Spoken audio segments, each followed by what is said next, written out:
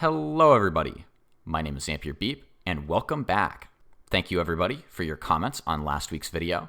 You all posted some really good suggestions for videos I should make in the future, and I'd like to thank everyone who did. If you have absolutely any questions about the project, or anything you'd like to know more about, feel free to leave a comment down below. I'll go through every comment and address them, or if it's too long, I'll make a video about it. So make sure to check back every other Friday for a new video. That being said, thank you everybody for joining the Discord. We had a lot of really great discussions in there. And if you want to get into some cool discussions, talk about urban planning, transit, or this project, the Discord server is a perfect place to join. The link to join is down below. We would love to see you there. Now with that out of the way, let's get on with today's video. Alright, so let's get started. We are going to first start out, once again, by looking at the recent progress on the alignment.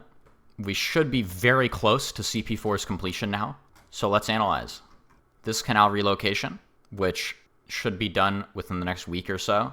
The right is September 13th, and the left is September 28th.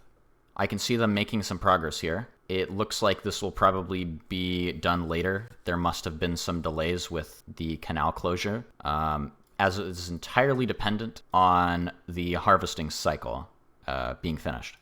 The next relocation is this canal, which you can see has made some progress as they have drained it now, so this will be moving along, it seems.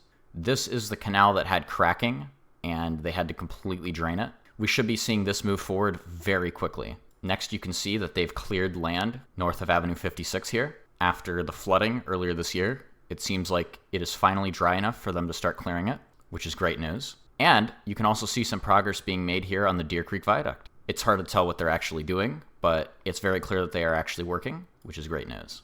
Ooh, some new progress south of Avenue 108 in Tulare County. You can see that they're starting to clear land here for the right-of-way.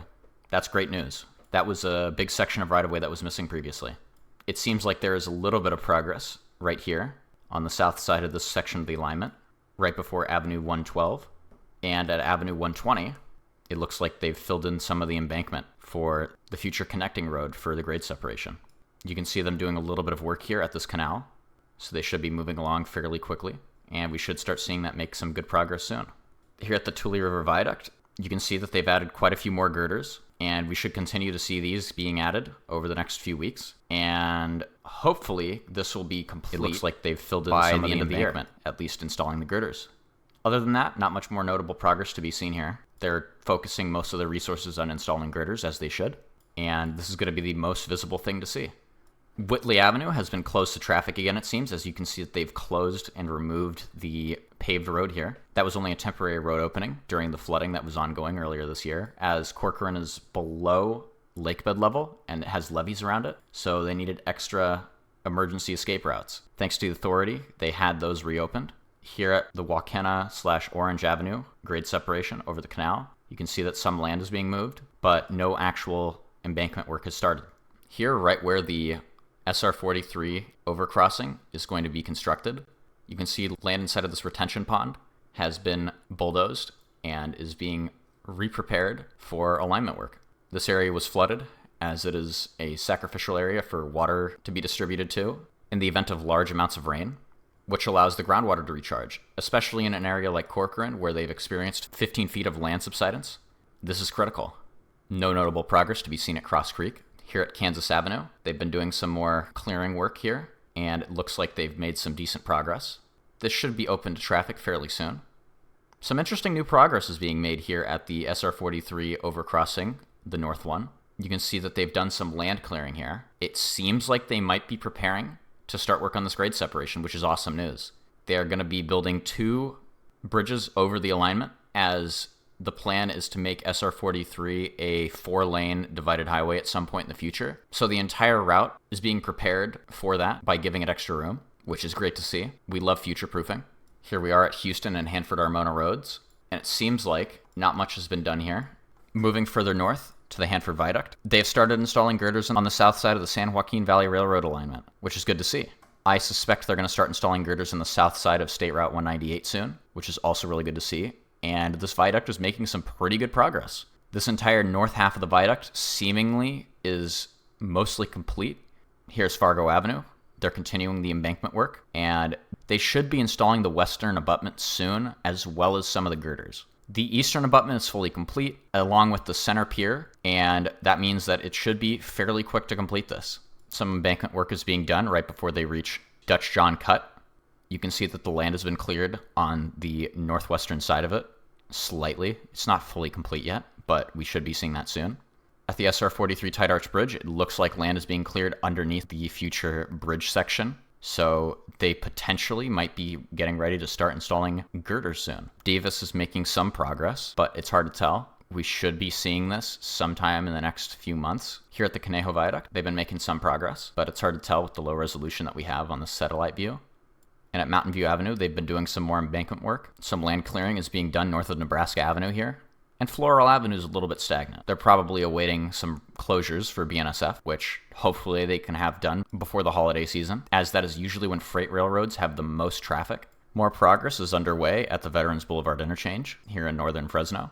You can see that up here where it meets Herndon Avenue, they have connected it finally, which means that traffic is going to be routed off of Herndon Avenue very soon. Online sources say that the Veterans Boulevard interchange is going to be finished in November of this year, and at that point, we should start seeing work on Herndon Avenue begin.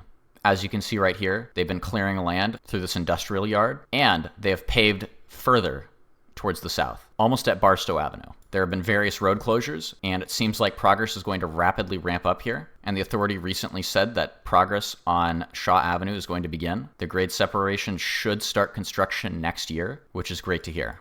Once Veterans Boulevard is open to traffic, traffic is going to be rerouted south onto Veterans Boulevard. The grade crossing is likely going to be closed. The road is going to be realigned to the south, and underpass work can begin here. They're working to grade separate this, and from what I understand, there will be a viaduct that is roughly as wide as the street it crosses, Herndon Avenue. There will be a viaduct roughly as wide as Herndon Avenue that crosses here and continues on to the current roadway. So the entire road will be realigned south here in the coming year. Moving further north, progress on Avenue 19 is moving along briskly. There is new street view. Here we go, September 2023 street view imagery of Avenue 9. Now you can see all the girders are in place, and they have put deck panels in and potentially poured concrete. It's hard to tell because we are below the street, obviously, but it's moving along quite nicely. This has made some pretty good progress this year. As we can see back here in November 2022, this was 10 months ago, and there was almost nothing done. So where the authority is given the ability to construct things, they don't do too badly.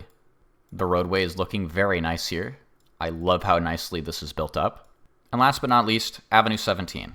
They're working to clear land on the east side of the BNSF right-of-way, as well as all the way out to, I'm not sure what this road is, Road 28.5. And once that's done, they'll be able to start work on the grade separation. Other than that, that is the update for progress so far. You can see that land's being cleared here, actually. Potential work on Road 26 is going to start soon, it seems. I'm glad I caught that. Now, let's get on to today's topic. I've got some great news, everybody. The High Speed Rail Authority did get a grant from the federal government. We were worried that they wouldn't get any money, but it seems that they're starting to get the money to roll in. It brings up my hope that the $2.5 billion requested for later this year are actually going to get allocated to us, and we can continue working on the project. This specific grant is going to go to grade separations in Shafter, which is south of the end of current section of CP4, starting at Poplar Avenue. As we can see here, they are going to grade separate Poplar, Fresno, Shafter, Central, Lerdo Highway, and Riverside Street. So we can see here is Poplar Avenue, right at the end of CP4. Then we have Fresno Avenue. They'll also grade separate Shafter Avenue, Central Avenue, Lerdo Highway. They'll have a bridge over this freight line, as well as Riverside Street. This grant is absolutely amazing because it means we can start construction work on the Bakersfield section earlier than we had originally anticipated, which is great because they're going to have to demolish a few warehouses on the way down. This is also going to grade separate the freight lines. This is great news for residents of Shafter, as you won't be hearing freight train horns anymore. Not only that, but you won't be inconvenienced by any trains coming through. And now let's get on to today's topic. How do I use this? How can a train from Bakersfield to Merced be of any use? Well, I'm glad you asked. If you live in the Bay Area, it's not going to be very helpful. If you live in San Diego, sorry guys, can't utilize it. You have to go out of your way. But for those trips that take you inside of the Central Valley, that's where it's a game changer. If you live in LA and you want to go to Yosemite, right now it's 6 hours by car, and it's 7.5 hours by transit. High-speed rail removes an hour and a half from that journey time. Bakersfield to Merced will only take about an hour and a half. Okay, so that's one singular use case where it becomes competitive with driving. They already utilize shuttles in Yosemite to get you to different hiking spots, so that's not a big deal. What it also does is introduce some new connections. Sequoia National Park. Not as many people go visit this park. It's not as popular, but it's still a beautiful place. There's no way to visit it via transit. You can't take a bus there. But that's going to change. In 2030, when the high-speed rail line opens, Amtrak service will be truncated south of Merced. What does that do for you? Well, that saves a lot of money. Enough money that the San Joaquin Joint Powers Authority determined that they could create a new commuter rail line between Huron and Porterville through Hanford and Visalia. This is a catchment area of 250,000 people. That is a major new connection being made. Transfers can be made at the Kings Tulare station. Okay, well, now you can actually take transit to Porterville, and there will likely be bus services into Sequoia National Forest. So now you have brand new connections to national parks. As it stands, 3.5 million people visit Yosemite every year, and 1 million people go to Sequoia National Park every year. It's an hour and 45 minutes to drive to Ponderosa, as it stands right now. There are some closed roads, and usually it would take less time. Now, this is not the only national park that you'd gain access to. There's also Kings Canyon. Kings Canyon is probably closed at the moment, as Google won't give me routing directions for it. But this is another national park that you gain access to with these transit connections. 500,000 people go to Kings Canyon every year. Okay, so we're looking at about 5 million people who could utilize transit to get to their destinations and access these national parks. Okay, so that's 5 million trips a year that could, theoretically, all things considered, be taken. Okay, that's a bit of a stretch though. Everybody knows that Bakersfield to Merced is not the optimal route. It is a route, but it is not the most useful. And we have to ask our congresspeople and our senators and our representatives to fight for these projects. Otherwise, it will continue to be not useful. Luckily, more and more connections are being made via transit every year. The Altamont Corridor Express is introducing a new extension to Merced, which will allow transfers to high-speed rail at the Merced station, another cross-platform transfer. But what makes these connections different than all the others is how many more people they connect. Right now, Amtrak takes a very rural route between Merced and Stockton. It stays on the east side of the towns, and all the stations are out in the farmland. But with Valley Rail, you now have connections in Manteca, Ripon, Modesto, Ceres, Turlock, Livingston/Atwater, and Merced, all near the center of town. And this will all be done by the time high-speed rail opens. So now all of these people can utilize it faster. Okay, so you got connections north, not necessarily connections to the big urban areas over here. Journey times are going to be a little bit longer than people would like, but that's going to allow a new bus service to be opened, because it's no longer going to be competitive to just skip out on this alignment. I suspect that the majority of bus journeys are going to transfer at Bakersfield, spit off all their riders onto the train, allow a connection up to Merced, pick people up at Merced, and take them on 152 west into San Jose. And this will make some huge changes. New connectivity doesn't just mean everything stays the same. When these new faster routes come out, it no longer becomes viable to just take these long bus routes that skip out all of the populated centers, and it now becomes financially viable for them to run it in a different way.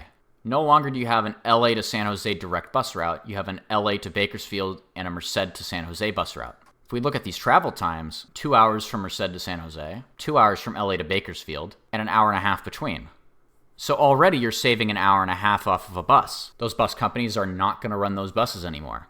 So now instead of this transit desert you have between Merced and San Jose, where it routes you on Amtrak, instead you're going to get a bus direct. That's a huge change. It's no longer going to be competitive to make these strange journeys. A lot of people super commute into San Jose during the week. I know people who do. They drive up on a Sunday evening and drive back on a Thursday or a Friday afternoon, and the jobs pay them to stay in the Bay Area. But you have to drive there. Well, if you can get a 25-minute train from Fresno to Merced and then a 2.5-hour bus ride to San Jose, okay, now you're losing half an hour, but it theoretically could be cheaper for drivers, and a lot more people are going to utilize that. We're going to be seeing a lot of population booms in not just Merced, but Atwater, Livingston, and Turlock, as well as Madera and Fresno. A lot of supercommuting is going to be generated by this, and that means there's going to be a lot of demand on the system in these places. Valley Rail is going to be pulling in lots of demand into Merced. High-speed rail is going to be pulling demand further south of Merced from Fresno.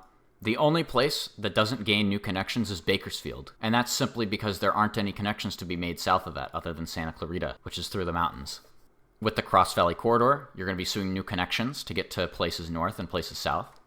You're going to be seeing a north-south shift in travel patterns. Once you reach Hanford, everyone south of Hanford is going to be going south towards LA. Everyone north of Hanford is going to be going north towards the Bay Area.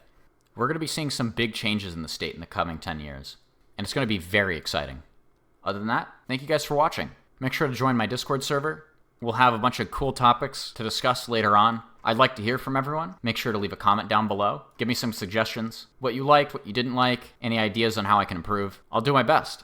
Otherwise, see you soon. Thanks, everybody.